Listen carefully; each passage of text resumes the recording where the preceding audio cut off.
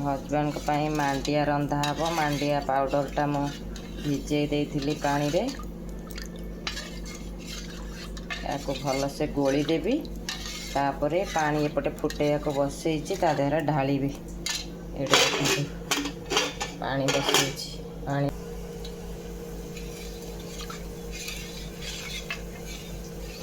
देखो मु ढाळीले आउ देखेबी केमती गोटे हाथ रे ढाळीबी गोटे हाथ रे चलेबी तो मते प्रॉब्लम हबो लेकि आपन को देखे दउछि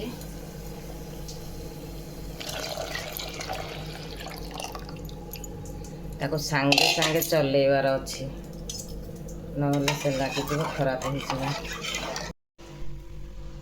देखो फुटिकी केते बहलिया हे गलानी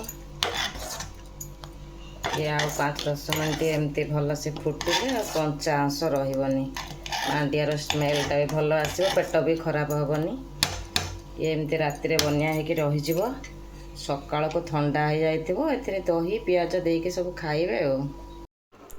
hello hi friends welcome to my channel my life journey blogs to good morning सांग माने सकाळ सब काम सर जाइए ब्रश करके मुझे चा भी पी सारानी तेणु आपण मानक तो देखेनी मु काल रात मांडिया करके रखी बर्तमान से मांडिया को आपण देखो मांडिया केमती है समस्त टिके टिके देदेबा से मांडिया को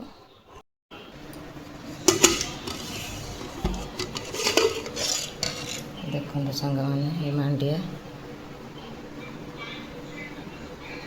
एमती है मांडिया जड़े तो खाई सारा मुझे गाधे पाधे पलि आसली सिंदूर भी लगे सारा ठाकुर को प्रणाम करदेवी गाधेला बेले ना सांग मैंने मु गैस सिलेंडरटा भल से धोईदेली कुआड़े कुआड़े गैस सिलेंडर गड़िकी आसूची मत असना लगुच भल लगुनि से मुझे सब गैस सिलेंडर आग धोई दिए तापर रोषेई घर को निए गैस सरीनी कि आसी पहुँचीगला भल है तापर देखूँ मो रोषेई घर को जाई कौन कौन करुँची सांग मैंने देखु अरुआ भात हो जाइए मुझे आउ टे कौन करी कर सारिकी आपको देखो कलरा काढ़ी भेंडीटा खराब है चारू करदेवी बोली भाई देखे मुझे कौन करुँच आपको सब देखा देखो सांग मैंने जो जो साइड्रु टे कलरा खराब होता तब काटिकी बाहर करदेली एबे तक पूरा भल अच्छी कहीं सब जिनस फिंगा नष्ट करवा आम एतक रखीदे काली चाहिए को चिप्स कर खाया भल लगे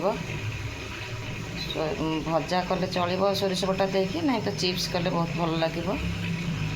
देखो सांग मैंने ये कंचा आंब आ भेंडी मिसेकी मुझे खटा करुच्ची ये भल लगे एमती कले अदा पकड़ा को भूलीगली तरतर करदेली लेट हो गला बोली अदा पकड़ा को भूलीगली यहाँ मो खटा मिठा देकी करी भेंडी कंचा आंबर खटाटा को खटा दिखाई मिठा भी दिखाई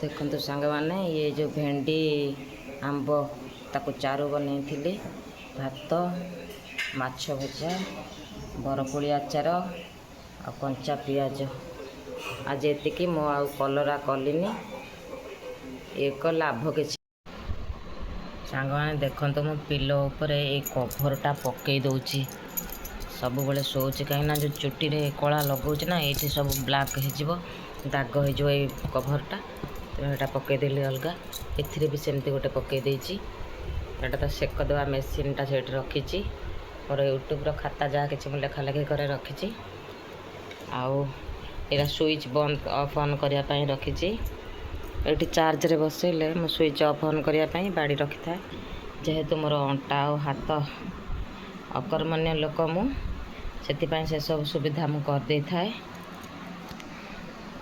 तेल टे लगे मुंडे रस तेल टे भल से मालिश करदे मुंड ठंडा लगुच भल लगुच अब खाई पलि आसली मो घरे नॉनभेज करनी पुओ बाहर कौट टे भाजिकी कौन नहीं आसला कहला खाईदि गोटे बेलू को रोषे कली गोटे 1:30 बेलू भात कली आउ से जो आंब भेंडीर चारू कली एत खास है टेस्ट आ बहु आलू सिझेला आसिकी मुझे तो कली से टे आसला आलू सिझेला आलूटा सिझे चकटा चकटी कला तो बरकोली आचार आ माछ भजा एमती कर खाइलु बहुत दही पखाल खाइला रोषे होते बहुत भल से अर्लियर करते ଆଜି ଟିକେ ପ୍ରୋବ୍ଲେମ୍ରୁ ହେଇପାରିଲାନି। ଟଙ୍କା ବଡ଼ ବଣ୍ଡ ଦେଇଥିଲା ସେ ଥୁଆ ହେଇକି ନଷ୍ଟ ହେଇଯାଇଥିଲା, ତାକୁ ଫିଙ୍ଗା ହେଲା। ଯାହା ହଉ ମୁଁ ଲିମ୍ବ କଡ଼ଟା ସାରି ଦେଇଥିଲି, ନହେଲେ ସିଏ ବି ରହିଥାନ୍ତା। ଏମାନେ ଆଜିକାଲିକା ପିଲା ସବୁ ଆଉ ଏତେ ଆଇଟମ୍ କରିବାକୁ ଇଚ୍ଛା କରେନି, ତାଙ୍କ ମୁଡ଼ ହେଲେ କ'ଣ କରିଦେଉଛନ୍ତି, ନହେଲେ ନାହିଁ। କେତେବେଳେ ଦେହ ଭଲ ରହୁନି, କେତେବେଳେ ତାଙ୍କ ମୁଡ଼ ଏମିତି ସବୁ ହେଇକି କଟୁଛି। ଆଉ ଜିନିଷ ରହିକି ନଷ୍ଟ ହେଉଛି। ଭେଣ୍ଡି କେତେ ଗୁଡ଼ିଏ ନଷ୍ଟ ହେଇଗଲା, ଫିଙ୍ଗିଲି। ଆଉ ବାକି ଯେତେଟା ଭଲ ଥିଲା ତାକୁ ଚାରୁ ବନେଇଲି, ଭାତ ଟିକେ ରାନ୍ଧିଲି, ଏମିତି କରିକି ଖାଇକି ଆସିଲି। ଆଉ ଏତିକ ସବୁ କଲାବେଳକୁ ମୋତେ ଆଜି ବହୁତ କଷ୍ଟ ହେଲାଣି। ସକାଳୁ ସବୁ କାମ ଗୁଡ଼ା କରିଦେଇଥିଲି, ଆଜି ବୋହୂ କରିନଥିଲା, ସକାଳେ ମୁଁ ସବୁ କରିଦେଇଥିଲି ସେ କାମ। ତାପରେ ଖରାବେଳେ ଏତିକ କାମ। ହଜବେଣ୍ଡଙ୍କ ତ ତାଙ୍କ ଦେହ ଭଲ ନାହିଁ, ସେ ମନା କଲେ, କହିଲେ ମୋ ଡାଇବେଟିସ୍ ବହୁତ ବଢ଼ିଯାଇଛି, ମୁଁ ଖାଲି ମାଣ୍ଡିଆ ଖାଇକି ରହିବି। ସେ ମାଣ୍ଡିଆ କହିଲେ ତୁମେ ସବୁ ତେଲ ମସଲା ସବୁଥିରେ ଚିନି ପକାଇକି ତରକାରୀ କରିଦେଉଛ, ମୁଁ ଖାଇବିନି। ସେ ଆଜି ଖାଲି ମାଣ୍ଡିଆ ଖାଇକି ରହିଲେ। କହିଲେ ମୁଁ କିଛି ଦିନ ଏନେ ଖାଇବା ବନ୍ଦ କରିଦେଲେ ତୁମେ ତାପରେ ଠିକ୍ରେ ମୋତେ କରିକି ଦେବ। ମୁଁ ଆଡ଼ଜଷ୍ଟ କରି ଖାଇ ଦେଉଛି ବୋଲି ତୁମେ ମୋତେ ପୁଣି ସେଇଟା ଦେଉଛ। 400 ହେଇଛି ଡାଇବେଟିସ୍, ତାଙ୍କର ସୁଗାର ଟେଷ୍ଟ ହେଲା, 400 ହେଇଛି। ତ ଠିକ୍ ଅଛି, ସେ ତାଙ୍କ ନିଜ ଦେହକୁ ନିଜେ ଜଗିକି ଚଳୁଛନ୍ତି, ଭଲ କଥା ସେଇଟା। ତାପରେ ମୁଁ ଗଲି ଯାଇ ସିଲିଣ୍ଡର ଧୁଆଧୁଇ କଲି। ଗ୍ୟାସ୍ ସିଲିଣ୍ଡର ଘରକୁ ଆଣିଲା ବେଳେ ପରଦିନ ଆପଣଙ୍କୁ କହୁଥିଲି ବୋଧେ, ଗ୍ୟାସ୍ ସିଲିଣ୍ଡର ପରଦିନ ଆସିଥିଲା। ତ ତାକୁ ଧୋଇ ନଥିଲି, ରଖିଥିଲି। ଗ୍ୟାସ୍ ଟିକେ ସ୍ମେଲ୍ ହେଲାଣି, ଯେକୌଣସି ମୁହୂର୍ତ୍ତରେ ସରିଯିବ। ସେଥିପାଇଁ ଆଜି ସିଲିଣ୍ଡରଟା ବାଥରୁମ୍କୁ ନେଇକି ମୁଁ ସର୍ଫ ପକାଇ ପୁରା ସଫା ପରିଷ୍କାର କରି ଧୋଇଦିଏ। ମୋତେ ଭଲ ଲାଗେନି, କେତେ କୁଆଡ଼େ ଗଡ଼ିକି ଆସୁଛି, ମସଲାରେ ପଡ଼ିକି ଆସୁଛି। କିନ୍ତୁ ମୋତେ ସେଥିପାଇଁ ଭଲ ଲାଗେନି। ମୁଁ ଗ୍ୟାସ୍ ସିଲିଣ୍ଡର ଭଲସେ ସଫା ପରିଷ୍କାର କରି ଧୋଇଲେ ଯାଇକି କିଚେନ୍କୁ ନିଏ। ତାପରେ ଖାଇବା ପିଇବା ପାଇଁ ଏତ ସବୁ ଆରେଞ୍ଜ କଲି। ଖାଇବା ପିଇବା ସରିଲା, ସବୁ ମଜା ଧୁଆ କଲି। ଏତ ସବୁ କରିକି ଆସିଲାଠୁ ମୋତେ ବହୁତ କଷ୍ଟ ହେଲାଣି। ଆଉ ଆଗ ଭଳି ଦେହ ନାହିଁ ନା, ମୁଁ କେତେ କାମ ବି କରିଦେଉଥିଲି। ଏ 2 ବର୍ଷ ତଳେ ବି ମୁଁ କେତେ ଜିନିଷ କରିଛି, ବର୍ଷ ପୂର୍ବରୁ ବି ମୁଁ କେତେ ଜିନିଷ କରିଛି। ବୋହୂ ନଥିଲା, ତାଙ୍କ ଘରୁ 5 ମାସ ପଳାଇଥିଲା, ମୁଁ ସେତେବେଳେ ସବୁ ବି କରିଛି, କଷ୍ଟରେ କରୁଥିଲି। ସେଇଥିପାଇଁ ତ ମୋର ଫୁଡ଼୍ ଚ୍ୟାନେଲ୍ଟା ବନ୍ଦ ହେଇଗଲା, ଯେହେତୁ କଷ୍ଟରେ ଏତେ ସବୁ କାମ କଲି। ଖାଲି ହଜବେଣ୍ଡଙ୍କ କଥାଟା ବୁଝିଲା ବେଳକୁ ମୋତେ ପୁରା କାଠି କରପାଠ ହେଇଯାଏ। ସେତିକ ସରିବା ପରେ ସବୁବେଳେ 3-4ଟା ଆଇଟମ୍ କହିଲେ ସିଏ ନାହିଁ ଏନେ ମୋତେ ଦେ, ଆମର ଏପଟ ସାଇଡ଼୍ର ଆଇଟମ୍ ସବୁ କରିକି ମୋତେ ଖାଇବାକୁ ଦେ। ସବୁ ଜିନିଷ ଗୋଟେ ଲୋକ ଖୁସିରେ ଆଣିବେ, ଆମେ କାହିଁ କରିକି ଦେବାନି। ସବୁ ଆଇଟମ୍ ମୋତେ କଷ୍ଟ ହଉ ପଛେ ମୁଁ ସବୁ ଜିନିଷ କରିକି ଦିଏ। ଡେଲି 3-4ଟା ଆଇଟମ୍ କରିକି ଦେଲି। ତେଣୁ ଫୁଡ଼୍ ଚ୍ୟାନେଲ୍ ପାଇଁ ଯେଉଁ ଭିଡ଼ିଓ ବନେଇବାଟା, ସୁଟ୍ କରିବା, ତାକୁ ଏଡ଼ିଟିଂରେ ସେସବୁ ମୁଁ ଆଉ କରିପାରିଲିନି। ସେଇ ଦିନଠାରୁ ମୋର ଚାଲିଛି, ସେପ୍ଟେମ୍ବରରୁ ଆଜି ପର୍ଯ୍ୟନ୍ତ ହେଲାଣି। ମୁଁ ଖାଲି ବାଢ଼ିକି ସବୁ ଯାହା ଖାଇବା ପାଇଁ ନେଉଛି ସେଇଟାକୁ ରଖିଦେଉଛି, ତାକୁ ଗୋଟେ ଭିଡ଼ିଓ କରିକି ଫୁଡ଼୍ ଚ୍ୟାନେଲ୍ରେ ପକାଇ ଦେଉଛି। ଚ୍ୟାନେଲ୍ଟା ବନ୍ଦ କରିବାକୁ ମୋର ଇଚ୍ଛା ନାହିଁ। ଏମିତି ଚାଲିଥିବ ସେମିତି ଲାଇଫ୍ ସାରା, ସିନା ସେ ମନିଟାଇଜେସନ୍ ହେବନି। କେମିତି ହେବ? ତା'ର କ୍ରାଇଟେରିଆ ପୁରା ହେଲେ ତ ଯାଇକି ହେବ। ଆଉ କ୍ରାଇଟେରିଆ ତ କେବେ ବି ପୁରା ହେବନି ଏମିତି କରି ଚାଲିଲେ। ଯେମିତି କରୁଛି ଚାଲିଛି, ଯେମିତି ପଡ଼ିଛି ଚ୍ୟାନେଲ୍ଟା। ତ ଠିକ୍ ଅଛି, ଯେଉଁମାନେ ସେ ଚ୍ୟାନେଲ୍ ସବସ୍କ୍ରାଇବ୍ କରିନାହାନ୍ତି ଟିକେ କରନ୍ତୁ, ହେଲ୍ପ କରନ୍ତୁ। ମୁଁ ସିନା ଶିଖଉଥିଲେ କାହାକୁ କୁହନ୍ତି, ମୋତେ କାହାକୁ କହିବାକୁ ବି ଖରାପ ଲାଗୁଛି। କାହିଁକିନା ମୁଁ ରେସିପି ଭିଡ଼ିଓ ସବୁ ବନେଇକି ଦେଖେଇଲେ ସିନା ମୋତେ ଭଲ ଲାଗନ୍ତା, ଖୁସି ଲାଗେ। ମୁଁ ଆଜି ଏଇଟା ସାଙ୍ଗମାନଙ୍କୁ ଦେଖେଇଲି, କଲି, ଏଇଟା ଆଜି ବନେଇଲି, ସେଇଟା କଲି, ମୋତେ ବି ବହୁତ ଖୁସି ଲାଗୁଥିଲା। ଆଉ ଏବେ ତ କରୁନି। ମୋ ଚ୍ୟାନେଲ୍କୁ ସବସ୍କ୍ରାଇବ୍ କର, ଲାଇକ୍ କର, ସେୟାର କର କହିବା ପାଇଁ ବି ସେ ଚ୍ୟାନେଲ୍କୁ ମୋତେ ଭଲ ଲାଗୁନି। ଓଡ଼ିଆ ଫୁଡ଼୍ ଏକ୍ସପ୍ରେସ୍ ନାଁଟା ଆଗରୁ ଭଲ ଦେଇଥିଲି, ଟିକେ ଲଙ୍ଗ୍ ହେଲା ବୋଲି ତାକୁ ଟିକେ ସର୍ଟ କରିଦେଲି, ଓଡ଼ିଆ ଫୁଡ଼୍ ଏକ୍ସପ୍ରେସ୍। ମୋର ଟିକେ ଅଲଗା ନାଁଟା ଥିଲା। ସମସ୍ତେ ମୋତେ ଓଡ଼ିଆ ଫୁଡ଼୍ ପ୍ରାୟ ରଖିଛନ୍ତି, ମୁଁ ରଖିଥିଲି ଓଡ଼ିଆ ଫୁଡ଼୍ ଏକ୍ସପ୍ରେସ୍। ସର୍ଟ କରିଦେଲି, ଓଡ଼ିଶା କାଟିଦେଇଛି। ବହୁତ ଥର ସେ ନାଁ ଚେଞ୍ଜ ହେଲାଣି। ମୁଁ ଏଇ ଚ୍ୟାନେଲ୍କୁ ମାଇ ଲାଇଫ୍ ଜର୍ଣ୍ଣି ବ୍ଲଗ୍ସ 2, ଏଇ ଚ୍ୟାନେଲ୍କୁ ସମସ୍ତେ ସବସ୍କ୍ରାଇବ୍ କରିବେ, ଲାଇକ୍ ସେୟାର କମେଣ୍ଟ କରିବେ, ସବସ୍କ୍ରାଇବ୍ କରିବେ, ବେଲ୍ ଆଇକନ୍କୁ ପ୍ରେସ୍ କରିବେ। ହେଲେ ବି ସେମିତି ଏତେ ଆଟ୍ରାକ୍ଟିଭ୍ ଜିନିଷ ଏତେ କିଛି ମୁଁ ଦେଖୁନି ନା, କାହିଁକି ଲୋକମାନେ ସବସ୍କ୍ରାଇବ୍ କରିବେ? କ'ଣ ଦେଖିବା ପାଇଁ? ଦେଖିବା ଇଚ୍ଛା ତ ରଖିଛି, ଚେଷ୍ଟା କରୁଛି ଧୀରେ ଧୀରେ ଉପରକୁ ଉଠିବା। ସକାଳୁ ଏତେ କାମ କରିସାରି ଏବେ ଖାଇକି ବସିଲା ବେଳକୁ ସାଙ୍ଗମାନେ ମୋତେ ବହୁତ କଷ୍ଟ ହେଉଛି। ମଝି ସମୟରେ ସେ ଭିଡ଼ିଓ ଅପଲୋଡ଼ ହେଉନଥିଲା, ସେ କାମରେ ବି ଲାଗିଲି। ସକାଳ କାମ ସାରିବା ପରେ ଛତୁଆ ପିଇକି ସେ କାମରେ ବି ଲାଗିଲି। ମୋବାଇଲ୍ କାମ ସରିବା ପରେ ହଜବେଣ୍ଡଙ୍କୁ ଖାଇବାକୁ ଦେଲି। ହଜବେଣ୍ଡଙ୍କୁ ଖାଇବାକୁ ଦେବା ପରେ ପୁଣି ଗଲି ସିଲିଣ୍ଡର ଧୁଆଧୁଇ ସବୁ କଲି, ପୁଣି ମୋବାଇଲ୍ କାମ କଲି। ଅଧା ରହିଥିଲା ସେସବୁ ଲେଖାଲେଖି, ଭିଡ଼ିଓ ଅପଲୋଡ଼ ହେବ, ତା ଦେହରେ ଲେଖାଲେଖି ଯାହା କରିବି। ଏମିତି ସବୁ ସେଟା ସରିଲା ପରେ ଦହି ଦେଇ ପଖାଳି ଦେଇଛି। ମୋତେ ଦହି ଦେଇ ପଖାଳିଲା ପରେ ଲାଗିଲା 2 ଦିନ ଖିଆଲାଣି, ମୋର ଦେହ ଖରାପ ହେଇଯିବ, ରିମାଟିଜମ୍ ପେସେଣ୍ଟ। 2-3 ଦିନ ଖାଇଲାଣି ମୁଁ ଲଗାତାର।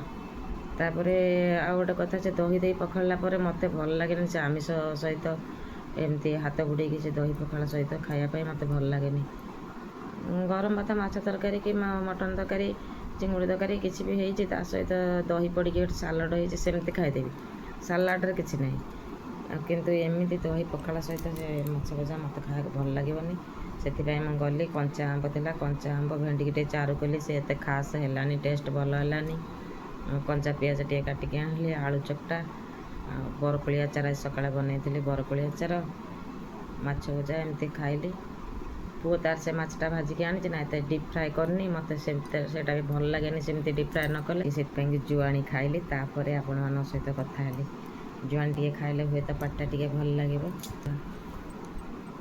ଆର ଚ୍ୟାନେଲଟା ଭଲ ହେଉଥିଲା, ବହୁତ କମ୍ ଦିନରେ ଭଲ ସ୍ପିଡ଼ିରେ ସବୁ ଯାଉଥିଲା। ଗୋଟେ ଖୁସି ଆଗ୍ରହରେ ସେଇଟା କରିଥିଲି। କ'ଣ କଲା ପୁଅ ତାକୁ ମୁଁ କିଛି ବୁଝିପାରିଲିନି। ତାର ବି ବହୁତ ମନ ଦୁଃଖ ସେଇଦିନଠାରୁ ଯେ ଦିଦିଟା ଚ୍ୟାନେଲ୍ ଲସ୍ ହେଇଗଲା। 834 ସବସ୍କ୍ରାଇବର୍ ହେଇଯାଇଥିଲେ ଦିବ୍ୟ ବ୍ରହ୍ମ କ୍ରିଏସନ୍ରେ। ଦିବ୍ୟ ବ୍ରହ୍ମ କ୍ରିଏସନ୍ରେ କାମ କରିବା ପାଇଁ ମୋତେ ବହୁତ ଭଲ ଲାଗୁଥିଲା। ତାକୁ ତା ଦେହରେ ଛାଡ଼ିବା ପୂର୍ବରୁ ସିଏ ମୋତେ ଛାଡ଼ିକି ପଳେଇଲା ସେ ଚ୍ୟାନେଲ୍। ହଉ, ସେ ଦୁଃଖକୁ ତ ଏବେ ଧୀରେ ଧୀରେ ଭୁଲିଲାଣି। କିଏ ଗୋଟେ ଭଲ ଟେକ୍ ଚ୍ୟାନେଲ୍ ବାଲା ହେଲେ ଶିଖେଇ ଦିଅନ୍ତେ, କହିଦିଅନ୍ତେ। ଯାହା ପାଖକୁ ଯାଉଛି, ଯାହାକୁ ହେଲ୍ପ ମାଗୁଛି, ସେମାନେ ଠିକ୍ସେ କିଛି କେହି କହୁନାହାନ୍ତି। ସମସ୍ତଙ୍କର ଖାଲି ପଇସା ଦରକାର, ପଇସା ନେଲେ ସବୁ କିଛି କହିବେ ଠିକ୍ରେ। କିନ୍ତୁ ମୁଁ ତ ଦେଇପାରିବିନି ଏତେ ପଇସା। ସତ କଥା, ମୋର ଏତେ ପଇସା ନାହିଁ, ମୁଁ ଦେଇପାରିବିନି କରିବା ପାଇଁ। ଚ୍ୟାନେଲ୍ ଗଲେ ଯାଉ ପଛେ, ଦେଖିବା ଆଉ କରିବା, ପଛରେ ଯାହା ହେବ। ମୁଁ କେଉଁଠୁ ପଇସା ଆଣିକି ତାଙ୍କୁ ଦେବି? ତେଣୁ ମୁଁ ନିଜେ ଏମିତି ଉଦ୍ୟମ କରେ, ଯେତେବେଳେ ଯାହା ହେବ ହେବ। ଆଉ ସାଙ୍ଗମାନେ, ମୁଁ ଟିକେ ଖରାବେଳେ ଟିକେ ରେଷ୍ଟ ନେଇଯାଏ। ପୁଣି ଆପଣମାନଙ୍କ ସହିତ ରାତିରେ ଦେଖା ହେଉଛି। ଆପଣ ମୋ ସହିତ କଣ୍ଟିନ୍ୟୁ ରୁହନ୍ତୁ। ଫ୍ରେଣ୍ଡସ୍, ମୁଁ ଏବେ ଯାଉଛି ଗୋଟେ ପାଠଚକ୍ରକୁ, ଶ୍ରୀ ମାଆଙ୍କର ପାଠଚକ୍ର। ଆମର ଏଇ ଫ୍ରଣ୍ଟ ଘରେ ମୋ ପୁଅର ସବୁ ଟିଚର, ସ୍କୁଲ ଟିଚର ମାନେ ସେ ପାଠଚକ୍ର କରୁଛନ୍ତି ଟିଚର। ତ ସେ ଡାକିଛନ୍ତି, ପ୍ରତ୍ୟେକ ବର୍ଷ ଡାକୁଛନ୍ତି। ମୁଁ ଯାଉଛି ସେଇ ପାଠଚକ୍ରକୁ, ଆପଣଙ୍କୁ ସେଇଠି ପହଞ୍ଚିକି ଦେଖା କରାଉଛି। ମୋ ସହିତ ଯୋଡ଼ି ହେଇକି ରୁହନ୍ତୁ।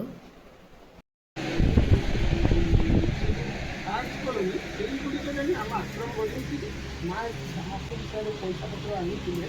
ସେଇଥିରେ ମା କିଣିକି ଆଶ୍ରମ ବଲେ ଆମେ ଗୋଟେ ଜାଗାରେ ଦେଖୁଛନ୍ତି, ଗୋଟେ ବିରାଟ ଆଶ୍ରମ ସେତେବେଳେ ଆଶ୍ରମ ନାଁ ଦେବା ପାଇଁ, ଆଶ୍ରମ ଗୋଟେ ଏମିତି ୱାର୍ଡ, ସେଥିପାଇଁ ନାଁଟା ଦେବା